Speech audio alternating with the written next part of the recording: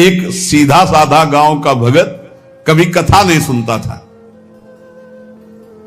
गाय चराता था गांव की। तो एक दिन और गोपाल जो गाय चराने वाले थे उन्होंने कहा, यार कभी तो कथा सुन लो, रात दिन पशुओं के पीछे घूमते हो, पशु बुद्धि, कभी तो कथा सुन लो। तो एक दिन सोचा दोपहर के भोजन गांव में पाएंगे जाके अपने घर में, और कथा हो रही वहीं से निकल लेंगे, जो सुन लेंगे तो सुन लेंगे। खड़े खड़े वहां चर्चा चल रही थी, जिसने मनुष्य जन्म लेकर के गुरु मंत्र नहीं लिया और नाम जब भगवान का नहीं किया, उसका जीवन मुर्दा, व्यर्थ जीवन।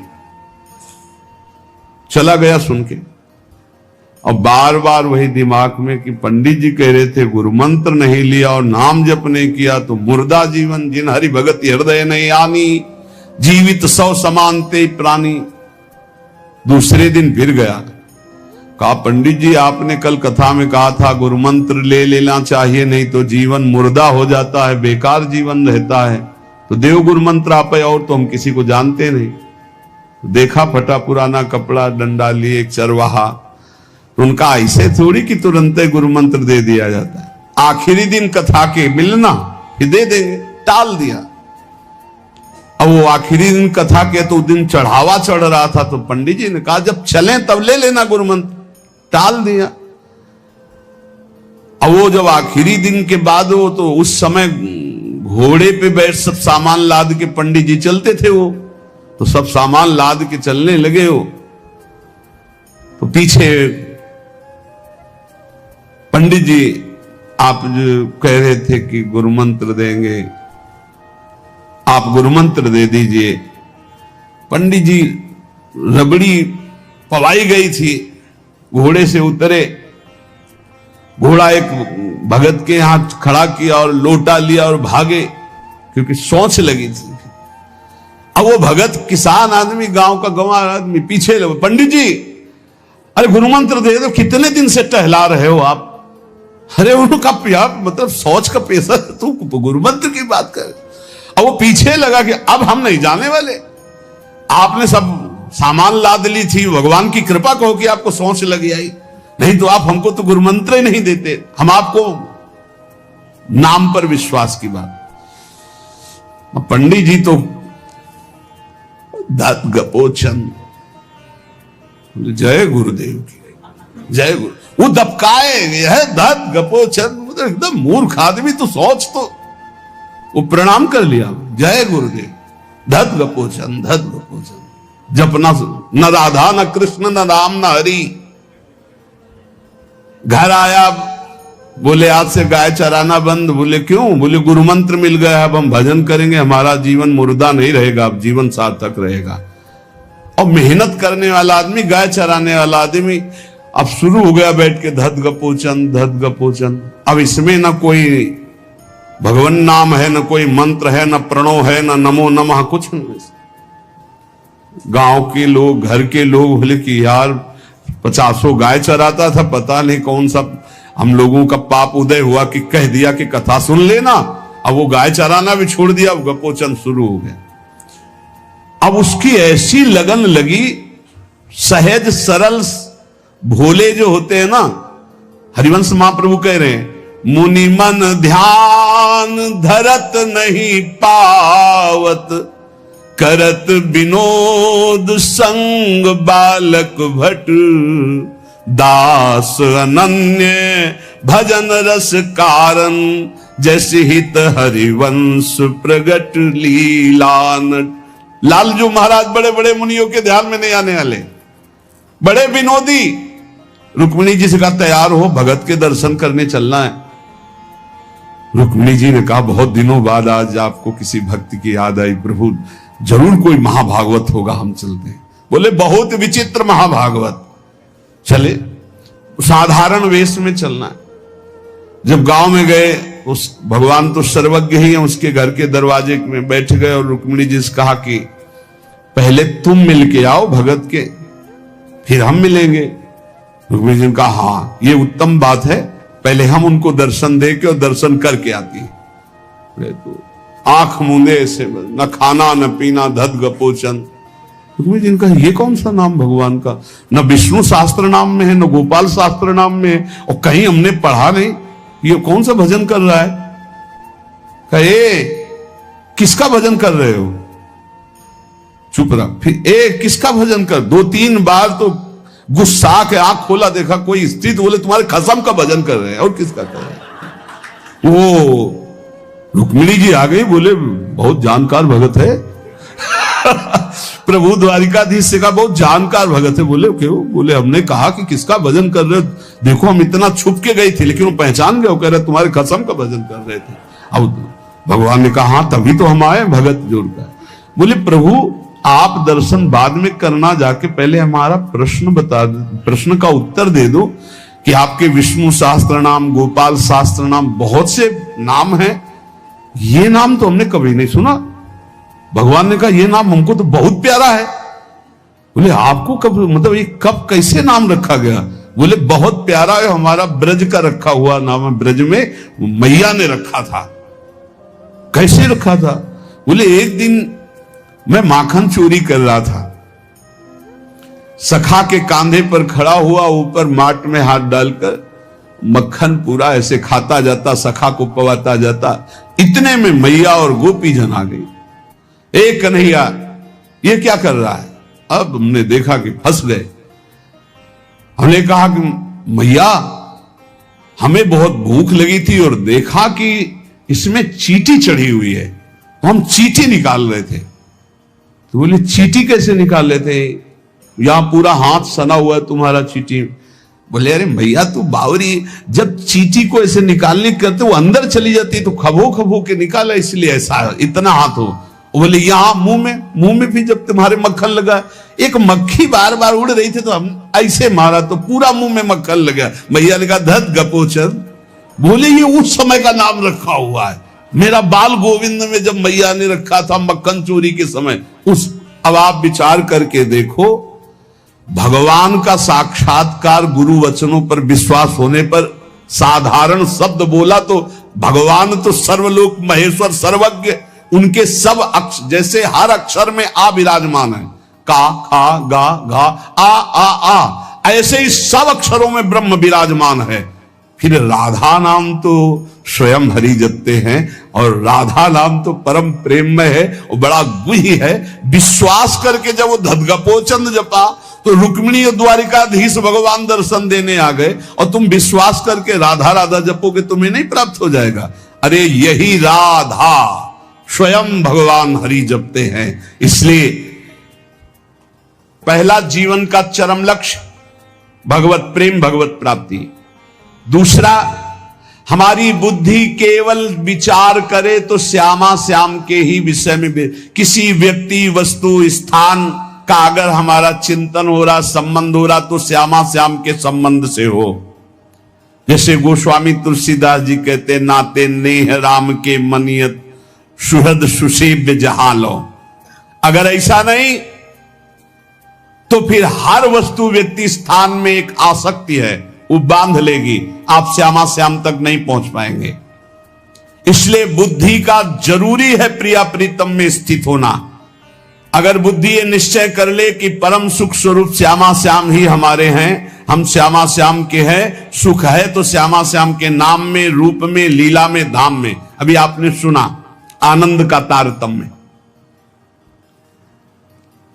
तीसरा, जो गुरुदेव ने नाम दिया इससे बढ़कर महत्व किसी नाम में नहीं होना चाहिए, किसी की निंदा नहीं।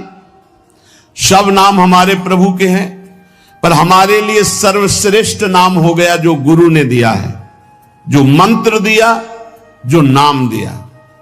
एक एकांतिक में आए और बोले हम कुछ 2-4-6 महीने से हम आपके शिष्य हैं, मंत्र ले लिया है। स्वप्न में एक महात्मा आए और उन्होंने हमको और मंत्र दिया है, तो अब तो हम समस्या में फंस गए कि आपका दिया गुरु मंत्र जपें या स्वप्न में कोई और महात्मा आए थे उनका दिया जपें, क्या करना चाहिए। हमने कहा तस्मात् शास्त्रम प्रमाणम। जब सप्तऋषि जी आए स्वप्न में नहीं, सीधे साक्षात आए पार्वती जी के पास, और कहा ये किसके लिए तपस्या कर रहे हो? महादेव जी के लिए। महादेव जी में क्या है, चलो हम तुम्हें भगवान नारायण को पति रूप में, भगवान विष्णु वैकुंठाधिपति अपार वैभव उनको। तो जो माता जी ने बात कही पार्वती मैया ने, वही बात पकड़नी है। उन्होंने कहा तजऊ न नारद कर उपदेशु, आप कहें सत बार महेशु। सप्तऋषियों, अपने गुरुदेव नारद जी के उपदेश का मैं कभी त्याग नहीं कर सकती, चाहे स्वयं इष्ट देव भगवान शंकर आकर सैकड़ों बार कहें तो भी। तजऊ न नारद कर उपदेशु, आप कहें सत बार महेशु। कोटि जन्म लगी रगर हमारी, बरों संभुनता रहूं कुंवारी। करोड़ जन्म लूंगी, हर बार अपने गुरुदेव के दिए हुए मंत्र का अनुष्ठान करूंगी और देवाधिदेव महादेव को पति रूप में वरण करूंगी, अन्यथा कुंवारी रहूंगी। बहुत सी कन्याएं और बहुत से वर हैं, आपको ब्याह कराने का शौक है तो आप जाइए, लेकिन मैं पर्वत से प्रकट हुई हूं, हिमालय से, मैं अडिग हूं अपने गुरुदेव के वचन में। तो यहां कह रहे चौथा, समस्त इंद्रियां भोग विलास के लिए लालायित रहती हैं, सबकी। अब इनको भोग देना भी है, बिना भोग के, बिना विषय के जीवित नहीं रह सकते। शरीर चलाना है, सेवा धर्म पूर्ति करनी है, पानी पीना भी विषय है, अन्न पाना भी विषय है, देखना भी विषय है, सुनना भी विषय है, सब विषय के अंतर्गत आता है। तो यहां अपनी इंद्रियों से जो विषय ग्रहण करना है वो भागवतिक करना है। जैसे हमें पानी पीना है तो प्रभु को अर्पित करके राधा वल्लभ लाल की जय, और फिर भावना करो हृदय में प्रभु विराजमान है, जलपान करो। भोजन भोग अर्पित किया, भगवत स्वरूप प्रसाद, हम प्रसाद पा रहे। वस्त्र प्रसादी, सुनना भगवत विषय, देखना भगवत भाव, बोलना भगवत संबंध से। हर इंद्रियों के विषय को हमें भगवत संबंध से युक्त कर लेना है। यदि भगवत प्राप्ति करनी है, भगवत प्रेम प्राप्त करना है, तो पहला चरम लक्ष्य मुझे इसी जन्म में भगवत प्राप्ति करनी, भगवत प्रेम प्राप्त करना है। दूसरा बुद्धि का पूर्ण समर्पण अपने आराध्य देव श्यामा श्याम में। तीसरा गुरु प्रदत्त नाम रूप लीला गुण सेवा उपासना सांगोपांग गुरु प्रदत्त। चौथा समस्त इंद्रियां भगवत संबंध से युक्त। पांचवा जीव का चिंतन प्रत्येक क्षण पदार्थ, व्यक्ति, परिस्थिति, विचार भोगों के, क्रियाओं के, संबंधियों के, जहां जहां जाए वहां से हटाकर अपने लक्ष्य श्यामा श्याम में लगाओ, या जहां जहां जाए वहां प्रिया प्रीतम की भावना करो। जीवन का प्रत्येक पल किसी व्यक्ति के विचार में, वस्तु के विचार में, स्थान के विचार में, भोग विचार में, जहां जहां जाए वहां से हटाकर श्यामा श्याम में लगाओ, या जहां जहां जाए वहां श्यामा श्याम को देखो। बहुत सुख मिलता है, अपार सुख मिलता है। जिससे प्यार होता है, अपनापन होता है, उसकी बात सुनने में सुख मिलता है। अरे वो दिशा अच्छी लगती है, वो दिशा अच्छी लगती है। जिधर अपना प्यारा बसता है ना, वो दिशा अच्छी लगती है। उधर से आई हुई वायु ऐसा लगता है प्यारे का आलिंगन हो रहा है, अभी वो प्रेम जागृत नहीं हुआ। इसलिए उस एरिया को कोई आ जाए, अच्छा आप उधर से आए, जहां अपना प्यारा बसता है उस क्षेत्र का कोई आ जाए तो ऐसा लगता है प्यारा मिल गया। उधर की वायु आ जाए तो प्यारा। जहां प्रीतम जी देश की प्यारी लागे पौर, जिधर प्रीतम बसते उधर से यस्या कदापि वसनांचल खेलनोत। जिधर हमारी प्यारी जो प्यारे जो, नाम में अपार सुख तब अनुभव आएगा जब आसक्ति हो जाएगी। अभी आसक्ति अन्यत्र है, नाम में आसक्ति तो है नहीं, तो एक उपासक कि मुझे नाम जपने में श्रद्धा नहीं हो रही। बिल्कुल ना हो, आप चिंता मत करो। भाव शब्द समझिए, कुभाव अनख आलसहु, नाम जपत मंगल दिशि दसहु। भाव से जपो, कुभाव से जपो, मन लगे या ना लगे तुम्हें फल मिलेगा, पक्का मिलेगा, मंगल दसों दिशाओं में होगा। विश्वास करके जपो तो, और एक दिन जब स्वाद लग जाएगा तब आप भी ऐसे ही बोलोगे जैसे बड़े बड़े संत महापुरुष बोलते हैं, नाम जीवन, नाम सर्वस्व, नाम ही हमारा प्राण धन। 8वां, जीवन में राग द्वेष न रह जाए। बड़ा खतरनाक है ये राग द्वेष। अगर किसी से राग है तो बड़ा सूक्ष्म होता है राग का धागा, और वो जब हमारे ऊपर संकट आएगी, विपत्ति आएगी, या तो वो धागा दिखाई देता कि अभी वो है ना। द्रौपदी जी को पहले श्री कृष्ण याद नहीं आए, 5 महारथी पति है अतिरथी, और वो याद आए। फिर भीष्मादि याद आए, फिर अपनी भुजाओं का बल, फिर दांतों का बल, और जब निर्बल तब महाबल। सुनेरी मैंने निर्बल के बल राम, महाबल प्रभु श्री कृष्ण का तब जागृत हुआ। ये राग बहुत खतरनाक है, किसी से राग ना करें। यही राग जब प्रियालाल के चरणों में अर्पित हो जाता है तो अनुराग कहलाता है। जब शरीर भोग, शरीर संबंधी, यही बहुत फंसाव वाला जन्म मरण चक्र का मूल यही राग है। और जब इसमें बाधा पड़ती तो द्वेष हो जाता है। द्वेष बहुत खतरनाक है। भजन कर रहे हैं, कई वर्ष पहले किसी ने कुछ कहा, याद आ गया और जलने लगा हृदय।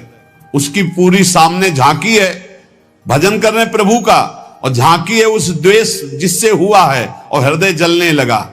या कभी वो सामने पड़ गया तो देखकर जल।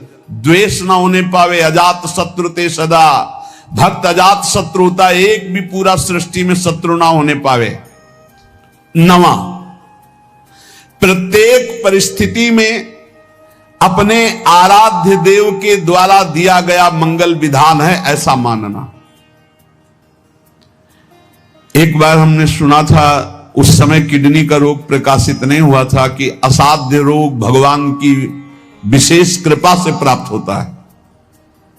तो साधन पर उस समय जोर था, तो डर लगा कि असाध्य रोग कृपा कैसे हो सकती है, ना साधन में बैठ सकते हैं, पीड़ा रहती होगी तो भजन भी नहीं हो सकता, तो ये कृपा कैसे हो सकती है असाध्य रोग।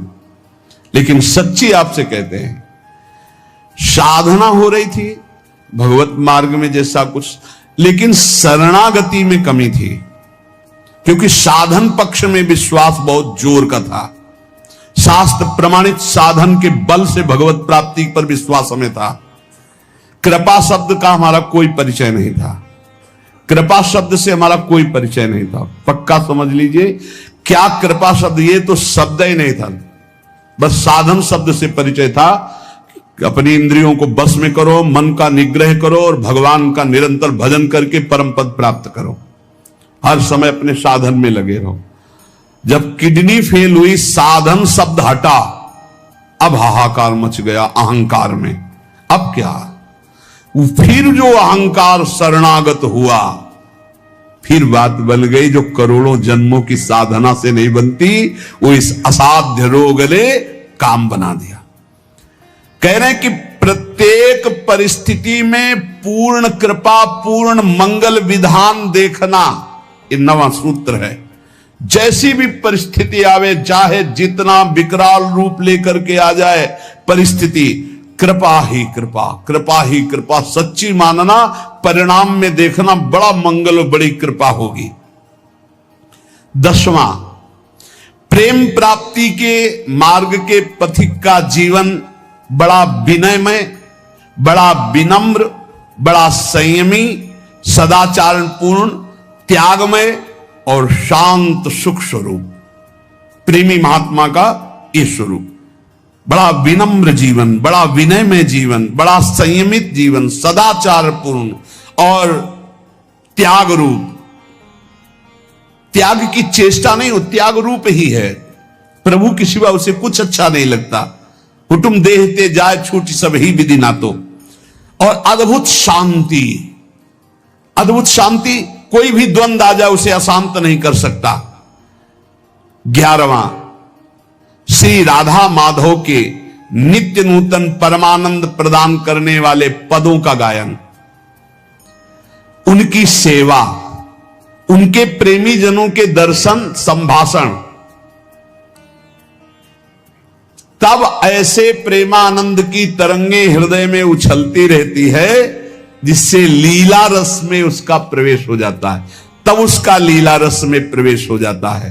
इसलिए अपने जीवन को महाप्रेम में बनाने के लिए जो आप सत्संग में श्रवण करते हैं, ये बड़े सौभाग्य से श्रवण कथन का हमें प्रभु ने अवसर दिया है। हम इसे व्यर्थ न जाने दें, बार बार मनन करो। देखो भगवान की इतनी कृपा हो गई, ये यंत्र मोबाइल आदि जो है, अगर इनका सही प्रयोग करे तो ये बहुत सहायक है। एक बार सत्संग हो गया, जो पकड़ पाए नहीं, हम 10 बार सुनेंगे तब तो हम पकड़ लेंगे ना। तो 10 बार कैसे सुनते? अगर ये मोबाइल ना होते, ये यंत्र ना होते तो हम कैसे सुनते? बड़ी कृपा भगवान ने की। जैसे जैसे कलयुग हमारी स्मृति का अपहरण कर रहा है, तो भगवान के द्वारा प्रेरित होकर विज्ञान भी वैसी सहायता कर रहा है कि एक बार का सत्संग हमें पकड़ में नहीं आया तो हम 10 बार मोबाइल से सुन सकते हैं। बस हर चीज में गुण दोष है, तो मोबाइल के दोष को स्वीकार न करे। प्रपंच देखना, गंदी बातें देखना सुनना अगर शुरू कर दो तो दिन भर ही उसी में लग जाएगा। मतलब की बात देखो, संत महापुरुषों के सत्संग को सुनो और उसका मनन करो, उसको अपने आचरण में उतारो और एक क्षण भी नाम से विलग न रहो, जीवन का परम लाभ। शेष चर्चा आगे। श्री राधा वल्लभ लाल। जो भगवत चर्चा सुनता रहता है रोज, तो सर्वसंगोपहो हिमाम, सत्संगहा सर्वसंगोपहो हिमाम। सत्संग आपको सब संगों से अलग करके भगवत अनुरागी बना ही देगा। कौन ऐसा है जो प्रभु की चर्चा सुनते सुनते अघा जाए? नारद आदि महात्मागण, बड़े बड़े साधु जन जिनका सदैव यश गान करते रहते हैं, अहो भाग्य है उन मनुष्य शरीरधारियों का जो अपने कर्ण रंध्रों से भगवत चर्चा सुनते रहते हैं। उनका संसार चक्र में डालने वाला ये विकार, घर गृहस्थी की आसक्ति, ये उसे अब अगला जन्म नहीं करने देगी। घर गृहस्थी की आसक्ति, ये काम क्रोध लोभ मोह आदि, उसको अगला जन्म नहीं दे सकते जिनके कानों में रोज भगवत चर्चा पड़ती है और वो भगवत चर्चा सुनते हुए कभी अघाते नहीं। 84 लाख योनियां हैं कर्मानुसार। इन 84 लाख योनियों में जीव भ्रमित होता है। इस योनि में एक एक योनि लाख लाख प्रकार की है। एक योनि लाख लाख प्रकार की है। अब जैसे रेंगने वाली योनि, अब रेंगने वाले में कितने प्रकार के जीव हैं? सांप हैं, खन खजूर हैं, केचुआ, कितने प्रकार के जीव हैं रेंगने वाले में। एक है जलचर, अब जल में कितने प्रकार के जीव हैं। वायु में उड़ने वाले कितने प्रकार के जीव हैं। एक एक योनि में लाख लाख योनियां, उन लाख लाख योनियों में कई कई बार जन्म। अरे बड़ा प्रपंच है, बड़ा दुर्गति है जीवों की। अन्य योनियों के साथ जो दुर्व्यवहार हो रहा है बहुत ही घृणित है। कैसे तुम्हें बता, 1.5 घंटा धीरे धीरे जला जला करके पका रहे हैं पशुओं को, फिर उन्मत्त होकर मदिरा पान करके उसका खान पान कर। क्या कैसी दुर्गति जीते जीव अपनी कर रहे हैं। 84 लाख योनियों में एक एक योनि में लाख लाख प्रकार की योनियां, एक एक योनि में लाख लाख बार जन्म होना। ऐसे थोड़ी ये प्रपंच हाहाकार डिसीजन इसलिए कर रहे हैं कल्याण कर ले, भूल मत कर। यही एक चांस है मनुष्य दे जिससे तू अपना कल्याण कर सकता है, अन्य योनियों में नहीं। अब सोचो उस जीव की क्या हालत है, हाथ पैर बंधे हुए, लोहे की छड़ में फंसा हुआ है, आराम से धीरे धीरे अग्नि उसे जला रही, वो कीक रहा है, चिल्ला रहा है, और वो आनंदित हो रहे हैं। वो थोड़ा थोड़ा पीते जा रहे हो, देख रहे हैं पक रहा है, पका लो। तुम्हारे तो खाने के काम में आएगा, तुम खाने के भी काम में नहीं आओगे। ऐसी तुम्हारी हालत काल करेगा, जब वो जलाएगा तो तुम खाने के काम में भी नहीं आओगे। बहुत होश में, बहुत होश में, बहुत होश में। ये कर्म तुम्हारा कहीं बख्शने वाला नहीं, तुम्हें दंड देगा। 84 लाख योनियां, एक केवल मनुष्य योनि जिनमें आप अपना उद्धार कर सकते हो। मानव जीवन गिने चुने श्वासों वाला है, गिने चुने श्वासों वाला। इतनी श्वासें आपकी हैं, बस प्रतिपल माइनस होता चला जा रहा है, खत्म होती चली जा रही हैं। यहां हम आनंदित हो रहे हैं, 30 वर्ष के हो गए, 35, अरे आनंदित नहीं, 35 वर्ष गए जीवन के। मूल कार्य के लिए जो आए हो भगवत प्राप्ति, उसमें क्या किया? बोले कुछ नहीं, अभी तो खेलने खालने की उम्र है, मरने की उम्र कौन सी है? कभी भी तो मर सकते हो, तो अपना काम क्यों नहीं बना लेते? राधा राधा राधा। यही अवसर है जीव आवागमन के अनादि चक्र से अपना छुटकारा करके अपने स्वरूप में स्थित हो सकता है, भगवत प्राप्ति कर सकता है। जन्म मृत्यु का चक्र कब तक चलेगा, अकल्पनीय, कल्पना भी नहीं कर सकते। काल चक्र आपको घुमाता रहेगा, इसलिए मनुष्य जीवन में भगवत प्राप्ति का अवसर है। ये काम, क्रोध, लोभ और मोह, ये 4 प्रधान ऐसे हैं जो इस चक्र को चलाते रहते हैं। आवागमन, पुनरपि जननम पुनरपि मरणम पुनरपि जननी जठरे शयनम, ये चक्र चलाते रहते हैं। काम, क्रोध, लोभ, मोह, इन्हीं को नरक की गति कहा गया है। इनमें से किसी में भी एक में पैर पड़ जाए, काम में, क्रोध में, लोभ में, मोह में, फौरन चारों आज करके उसे घुमाने लगेंगे, बार बार जन्म, बार बार मरण। नरक की दारुण यंत्रणा हर योनि में उसको प्राप्त होगी। केवल मनुष्य योनि ऐसी जिससे अपने को बचा सकते हो। केवल मनुष्य ही सत्कर्म करने में स्वतंत्र है, नवीन कर्म करने में स्वतंत्र है। अन्य प्राणी तो पूर्व में जो संचित कर्म गोदाम लगा उसी को भोगते रहते हैं। वो अशुभ कर्मों का नाश करते रहते हैं, भोग भोग करके। वो नवीन कर्मों का उपार्जन नहीं कर सकते। मनुष्य नवीन कर्म उपार्जन कर सकता है। मनुष्य कर्म करने में स्वतंत्र है। मनुष्य ही है जो अपने कर्म संस्कारों को भस्म कर सकता है, दूसरा कोई योनि नहीं।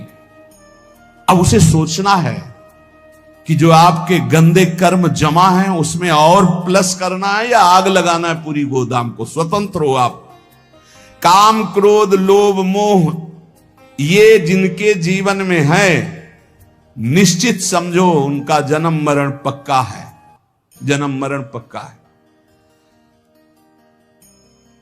इन चारों को मिटाने के लिए 4 ये पहलवान ताल ठोक के खड़े हैं। काम, क्रोध, लोभ, मोह, ये शत्रु, तो सत्संग, परोपकार, वैराग्य और नाम जप, ये 4 ऐसे हैं कि इन चारों को चटनी बना देंगे। रोज सत्संग सुनो, अपने भोजन में से चाहे एक रोटी निकालो, रोज दूसरों के उदर में जाने वाला विधान करो, परोपकार की भावना और वैराग्य। जननी जनक बंद सुत दारा, तन धन धाम सुहृद परिवारा, सबकी ममता ताग बटोरी, मम पद मनहि बांध बरडोरी। छोड़ दो भगवान के भरोसे में और अपने कर्तव्य का पालन करो। ज्यादा चिंता मत करो, चिंतन करो प्रभु का, वो सब संभाल लेंगे। अनंत ब्रह्मांड संभाल लें। तुम्हारे परिवार में तो 2 4 6 लोग ही होंगे। वैराग्य, सब भगवान का है, भगवान देखेंगे। जो जैसा कर्म करेगा वैसा भोगेगा। राधा राधा राधा। और अपने कर्तव्य का पालन, जिसके प्रति जो संबंध है ईमानदारी से आप करो, लेकिन राग मत करो। और नाम जप, सत्संग, परोपकार, वैराग्य और नाम जप, इसके द्वारा इस चक्र का नाश कर दो। काम, क्रोध, लोभ, मोह, इनकी मिटिया मेट करने के लिए सामर्थ्य है सत्संग, परोपकार, वैराग्य और भजन। अब भगवत धाम और नरक ये 2 हैं। चयन करो तुम्हें कहां जाना है। अगर काम, क्रोध, लोभ, मोह तो त्रिविधम नरकस्येदम द्वारम नाशन मात्मना कामा क्रोधा तथा लोभा। और यदि सत्संग, परोपकार, वैराग्य, भजन तो भगवत धाम। ये दो गतियां हैं। उपासक देख लो, अगर भगवत धाम जाना है तो इन चार बातों को छोड़ना होगा। काम, क्रोध, लोभ, मोह, चार बातों को पकड़ना होगा। रोज सत्संग, रोज परोपकार और सबसे अंदर से वैराग्य और खूब नाम जप। इसी के द्वारा भगवत प्राप्ति होती है। तीर्थपाद भगवान श्री हरि के जो गुणानुवाद लीला कथा है, जब कथा सुनते सुनते कथा में स्वाद आने लगे, एक एक शब्द बहुत गंभीर आनंददायक लगने लगे, तब समझ लेना चाहिए कि अब हमारे कल्याण का अवसर आ गया। भगवान की बातें बहुत प्रिय लगने लगे, भगवत चर्चा एक आनंद देने लगे। समस्त विषयों से वैराग्य उसी का होता है जो रोज सत्संग सुनता है। पर सत्संग सुनना, समझ लीजिए, कल श्रोता का वर्णन हुआ था, चातक की तरह सुनना। हमारा जीवन है सत्संग, उसका मनन करना, उसको आचरण में उतरना, कि सुने बस चले गए। इतना समय तो सार्थक हुआ, पर मनन नहीं करोगे तो सत्संग का हृदय रूपी अंधकार नाश करने का जो प्रभाव है वो मनन से होता। मनन नहीं तो फिर नहीं बन पाएगा। सुन लिया, दूसरों को सुना दोगे, काम नहीं बनेगा। भगवत चरणारविंद के निरंतर चिंतन की सामर्थ्य सत्संग से प्राप्त होती है। समस्त दुखों का नाश भगवत चिंतन से होता है। जो भगवान की चर्चा को कानों से सुनता रहता है तो उसके हृदय का मोह मल नाश हो जाता है, वो वैरागी हो जाता है। वैरागी का केवल भेष से मतलब नहीं, अंदर से है। जैसे चक्रवर्ती सम्राट अम्बरीश जी वैरागी हैं। चक्रवर्ती सम्राट अवध का पूरा शासन कर रहे हैं भरत जी, लेकिन परम वैरागी। जो अनुरागी है वही परम वैरागी है, जो परम वैरागी वही अनुरागी है। मुझे तो सबसे ज्यादा वो सोचनियों में भी सोचनीय अज्ञानी पुरुष लगते हैं जो कभी सत्संग सुनने नहीं आते। पिछले पूर्व पापों के कारण उनको भगवान की कथा में सुनने में बिल्कुल रुचि नहीं है, और अगर कभी कोई उनका मित्र आदि ले भी आवे तो वो सुनना नहीं चाहते। तो आओ सुन के हम बाहर खड़े हैं, वो इतनी दूर खड़े हो जाएंगे कि कान में शब्द ना पड़े। और अगर कभी सत्संगियों को देखेंगे भी तो उनके दोष दर्शन करेंगे, इनका क्या सुधार हुआ सत्संग से, ये वो ऐसा। हाय हाय, बड़े शोचनीय है कि मानव देह प्राप्त करके उनको सत्संग नहीं मिला। काल भगवान ऐसी अमूल्य श्वासों को व्यर्थ में नष्ट करवा रहे हैं। उनकी वाणी दूसरे के निंदा प्रपंच गायन में, देह भोगों में, व्यर्थ के वाद विवाद, व्यर्थ की चेष्टा, व्यर्थ के चिंतन में उनका जीवन चला जाता है। इसलिए इस लोक में तुम केवल धर्म का आचरण करते हुए ही अर्थ का सेवन करो, भोगों को भगवद अर्पित करके परम पुरुषार्थ भगवान की प्राप्ति का उपाय करो, वही मनुष्य जीवन श्रेष्ठ है। यस्य संसारिणी प्रज्ञा धर्मार्थ वनुवर्तते, धर्म पूर्वक अर्थ कमाओ, पाप का पैसा नहीं। खूब भगवान नाम जब, भगवत कीर्तन, ये परम पुरुषार्थ है, इसी से भगवत प्राप्ति हो जाएगी, और ज्यादा प्रपंच करने की जरूरत नहीं। क्षमावशी कृतिर्लोके क्षमया किम न साध्यते, शांति खड्गः करे यस्य किम करिष्यति दुर्जना। जब तुम धर्म मार्ग में चलोगे तो दुर्जन लोग तुम्हें परेशान करेंगे। तुम्हारे पास ढाल और तलवार है जैसे, तो शत्रु को परास्त कर दोगे, उसके वार को सह लोगे। तो ढाल क्या है? क्षमा। आपको जब कोई गाली दे, अपमान करे, तो अपने भजन को बचाने के लिए क्षमा रूपी ढाल का प्रयोग करो। और दुर्जन जब प्रहार करते हैं, निंदा करते हैं, अंदर से बाहर से, अंदर से काम क्रोध आदि, तो शांति रूपी तलवार से काट दो। शांत रहो, चुप रहो, क्षमा कर दो। क्षमा रूपी ढाल, शांत रूपी तलवार, इससे आप क्रॉस करते हुए चले जाओगे भगवत मार्ग में आगे। स्वर्ग के देवता, बड़े बड़े देवता जिसको नमस्कार करते हैं, वो कौन सा पुरुष होता है? बोले वो दो प्रकार के होते हैं।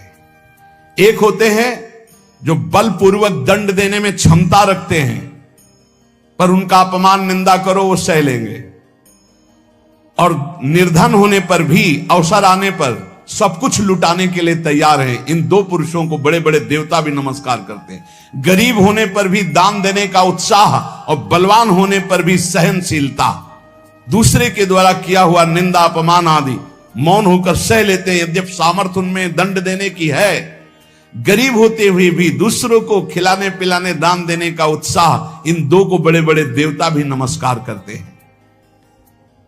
द्वांभसी निवेष्टव्यो गले बद्ध्वा दृढ़ाम शिलाम, धनवंत मादातारम दरिद्रम चा तपस्विनम। ये दो मरे हुए ही समझो, संसार में जीवित है, पर इसका अर्थ सीधे होता है गले में पत्थर डालकर डूब के मर जाने वाले स्वभाव वाले हैं। क्या? जो धनी होने पर भोग विलासिता में पैसा खर्चा करते हैं। एक होटल में गए, लाखों रुपए खर्चा कर दिए। अरे 250 ग्राम आटा नहीं खा सकते हो? कितने का 250 ग्राम आटा होता है? 1-2 कटोरी दाल सब्जी ले लो, 2-4 रोटी ले लो, खा लो। प्रकृति के पैसे को बर्बाद करते हो। 5 लाख उड़ाया है, 5 लाख में 500 आदमी खूब बढ़िया भोजन पाते और बढ़िया स्वस्थ रहते। ऐसे विचार करना चाहिए। दुर्गति किनकी होती? जिनको इस जन्म में धन मिला और वो दूसरों की सेवा में, भागवतिक सेवा में न लगाकर भोगों में लगाते हैं। पीछे वाले श्लोक में था, कहते द्वाविमौ पुरुषौ राजन स्वर्गस्योपरि तिष्ठितः प्रभुश्च क्षमया युक्तो दरिद्रश्च प्रदानवान। जो गरीब होकर दूसरों को दान देने का उत्साह रखता है वो, और जो बलवान होने पर दूसरों को क्षमा कर देता है वो, इन दो को देवता भी नमस्कार करते हो। देवलोक के भी ऊपर गति पाने वाला है।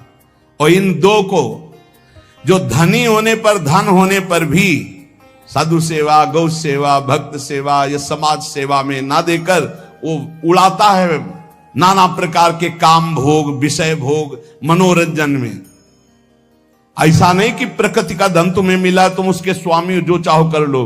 तुम सिर्फ मुनीम हो, स्वामी तो भगवान है। हिसाब से चलो, नहीं सब छीन लिया जाएगा।